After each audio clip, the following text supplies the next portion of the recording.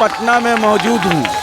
पटना के गलदनी बाग इलाके में हैं। यहाँ 3 दिनों से आमरण अनशन पर बैठे हुए हैं। 5वां दिन आंदोलन का हो गया। ओके बाद भी ना बीपीएससी के चेयरमैन सुनने को तैयार है, ना सरकार सुनने को तैयार है। हमारे साथ कुछ छात्र हैं, किस मांग को लेकर आप बैठे हुए हैं, हम जानकारी लेना चाहते हैं। री एग्ज़ाम के लिए। क्या सरकार, आप कितना दिनों से बैठे हुए हैं? हम 5 दिन से बैठे हुए हैं, 18 तारीख से। हाँ। आज तक कोई सरकार के कान पे जू तक नहीं रेंगा है। यानी विरोधी तो कुछ आए हैं विपक्ष के, लेकिन वो भी जाके वहाँ पे सो गए हैं।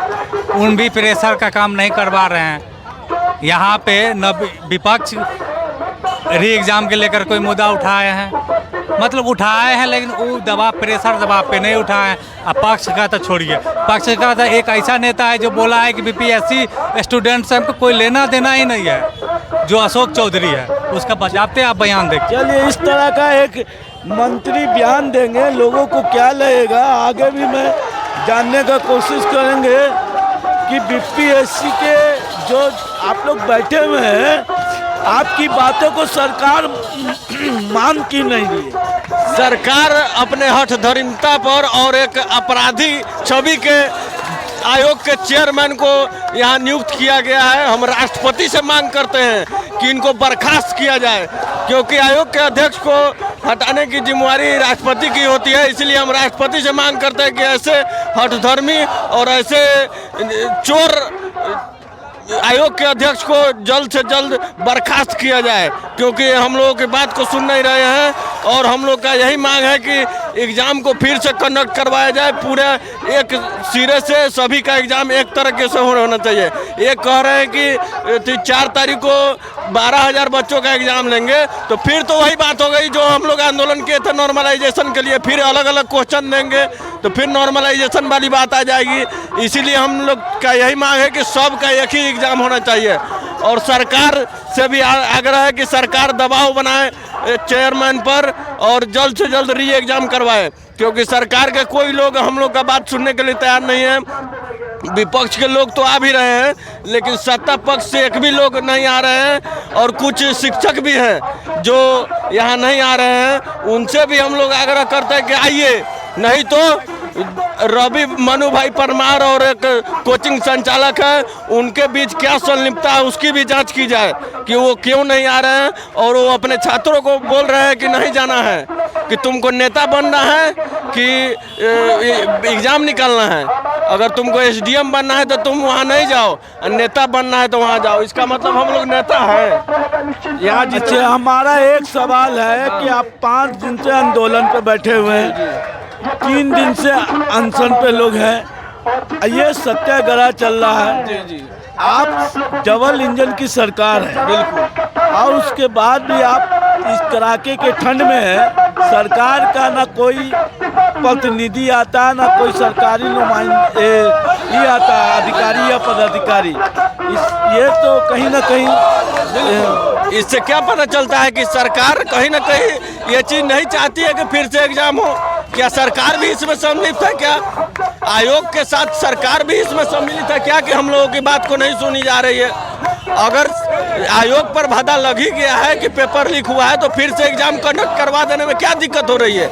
आप 12,000 बच्चों का परीक्षा लेंगे तो 3.5 लाख और बच्चों का परीक्षा लेने में क्या दिक्कत है आपको? चलिए, और लोगों से मैं जानने का कोशिश करेंगे कि लगातार ये पटना के गलदनी बाग इलाके में 5वां दिन इस आंदोलन को हो गया। 3 दिनों से अनशन पर लोग बैठे हुए हैं। सरकार के कान के नीचे जूई तक नहीं रेंग रहा है। इस पर आपका क्या कहना है?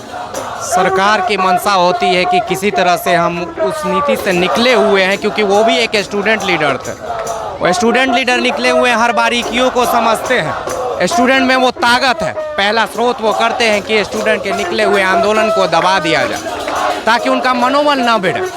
लेकिन अगर ये इसी तरह कंटिन्यू करते रहे तो निश्चित इनकी बातों को तो मानी जाएगी, थोड़ा देर लगेगी, लेकिन स्टूडेंट ही वैसा तंत्र है जो ये सत्ता को बदल सकता है। और इस सत्ता को बदलने के लिए उन्हें एक रूपता में लानी होगी। आज जो इतनी तादाद देख रहे हैं, उन्हें तादाद को बढ़ानी होगी। पहली बार सत्याग्रह क्यों? सत्याग्रह समय लेता है, क्योंकि कोई भी आंदोलन जब क्रांति के लिए उतरते हैं रोड पे तो एक क्षण में काटा जा सकता है, लेकिन वो उग्र होना चाहिए। लेकिन ये सत्याग्रह है, सत्याग्रह में यहाँ पे जो अपनी विवेक से शांति, और ये हर कोई सक्षम है और अपने विवेक से बैठा कोई ने बरकरार नहीं सकता है। लेकिन हमारा जो आयोग अध्यक्ष है, निश्चित यहाँ पे आप देख रहे हो कि बार बार वो कई उन पे धाराएं लगी हुई है, कई कमाई का। पहले तो उसके आर्थिक आयोग ईडी के उस पर जांच बैठनी चाहिए कि आखिर उसके क्या मंशा, कितनी उसने अर्थ जमा कर रखा है, और दूसरी बात आखिर क्या मंशा है उसके, बच्चों को बात नहीं मार, एक कैंसिल कर दे रहे हो और फिर दूसरे को कैंसिल नहीं कर रहे हो।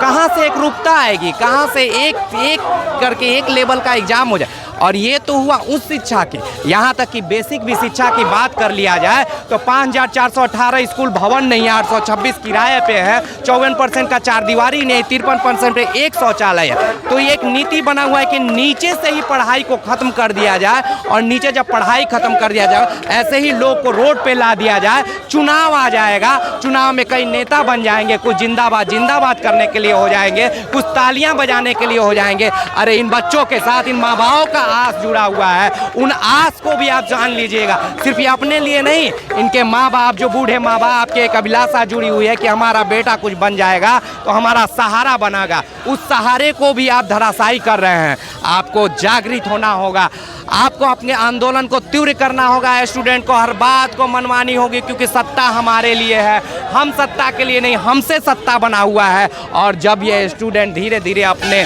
आवेश में आएंगे, अपने इकट्ठे वीर को और करेंगे, तो निश्चित सरकार आज या कल मानेगी। लेकिन इन्हें खुद में अपने आप में नेता बनाना होगा, किसी सत्ता हो या विपक्ष, क्योंकि जैसे विपक्ष में आते हैं वो अपने आप को सही ठहराने लगते हैं और सत्ता खराब होता है। ये हर राजनीति का पल्लू है। लेकिन इन्हें छात्र अपने बूते आंदोलन करना होगा, और ये आंदोलन आज न कल, चूंकि सत्याग्रह थोड़ा समय लेगा, सरकार एक दबाव के लिए हर काम करेगी, परीक्षा को जल्दी डेट दे देगी, ऐसे करके कई काम करे ताकि इसमें असमंजस पैदा हो और स्टूडेंट अपने अपने राह घर चले जाए। लेकिन एक रूपता से अगर और ज़्यादा संख्या में इसी तरह से करते रहें तो थोड़ा दिन लगेगा, 2 दिन 4 दिन 6 दिन, लेकिन बात मानी जाएगी। उन्हें भी सत्ता चाहिए, वोटर भी है ये। और याद रखिएगा, सत्ता परिवर्तित जहाँ तक किसान और हमारे छात्रों की बात आती है, छात्र जब सड़क पे गुलजार करने लगेंगे, रास्ता जो वीराने सड़कें पड़ी है, अगर वो गुलजार जब होने लगेंगे तो परिवर्तन तो होगा। हाँ, परिवर्तन समय मांगेगा। हो सकता है कि आपके कुछ उस तरह से विवेक मांगे जो आप चाहते नहीं हो। सत्ता संभलिएगा तो आपको सत्ता दोबारा मिलेगी, ना संभलिएगा तो सत्ता परिवर्तित हो जाएगी। आप अपने विवेक से सोचिए कि आपने किन अफसरों को बैठा है, उन अफसरों को हटाइए और इनके हितों की बात करिए। जब हित की बात करेंगे तो आप बिहार की बात करेंगे। बिहार की उज्ज्वलता में देश की उज्ज्वलता छिपी हुई है, और देश की परचम लहराना कौन नहीं चाहता है मेरे भाई। चलिए, हम जानने का कोशिश कर रहे थे, या ये तमाम हम कैमरामैन से चाहेंगे कि ये दृश्य दिखाइए। शाम का 5:30 बज गया है और देखिए इस कड़ाके के ठंड में लोग डटे हुए हैं और अपनी मांगों को लेकर ये चाहते हैं कि री एग्ज़ाम हो जाए। और इनकी मांगों को सुनने के लिए सरकार का कोई नुमाइंदा, कोई अधिकारी या पदाधिकारी अभी तक नहीं पहुंचा। ये दुर्भाग्य है बिहार का, जो बिहार के हमारे भविष्य हैं उनके साथ खिलवाड़ किया जा रहा है। यह वीडियो हमारा कैसा लगा, ज़्यादा से ज़्यादा शेयर करें, कमेंट बॉक्स में कमेंट करें। जय हिंद, जय भारत।